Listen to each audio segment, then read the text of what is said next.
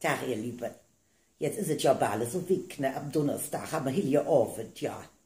All kommen sie vorbei, ne? Meine Mutter, der Oma, der Opa. Ja, ja, nur Tanzilli nicht, ne? Das Fräsen könnt man hier nicht mehr rein. Letztes Jahr hättet ihr gesagt, ich könnt nicht kochen. Da wollte der ganze Brade an der Hung verfödern. Aber der ist ja solidarisch, der hätte das auch nicht gefressen, ne? Nee. Ja, und wir schenken uns dieses Jahr nichts, ne?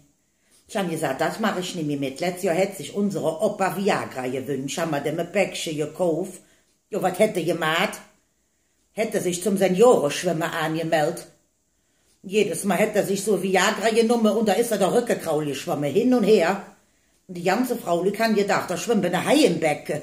Wenn da was da los war. Naja, nur die Schellfrau Schmitz, ne, die hat der Brill nicht angehabt.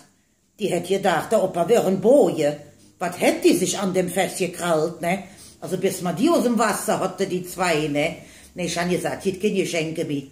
So, jetzt machst du mich mit, ne? Ja. Naja, ich bin ja jetzt endlich vorbereitet. Es geht Gänsebraten. Schon das Tier schon adjerob, ganz frisch. Morgen wird es dann geschlachtet. Ich habe gedacht, bei dem Wetter kann es noch ein bisschen in der Sonne rumlaufen, ne? Die doch keine Glühwein. Ich mach Sangria, ne? Ist ja alles viel zu warm. Ich wünsche euch auch ein schönes Christusfest. Macht es gut. Bis zum nächsten Jahr. Ihr Annegret.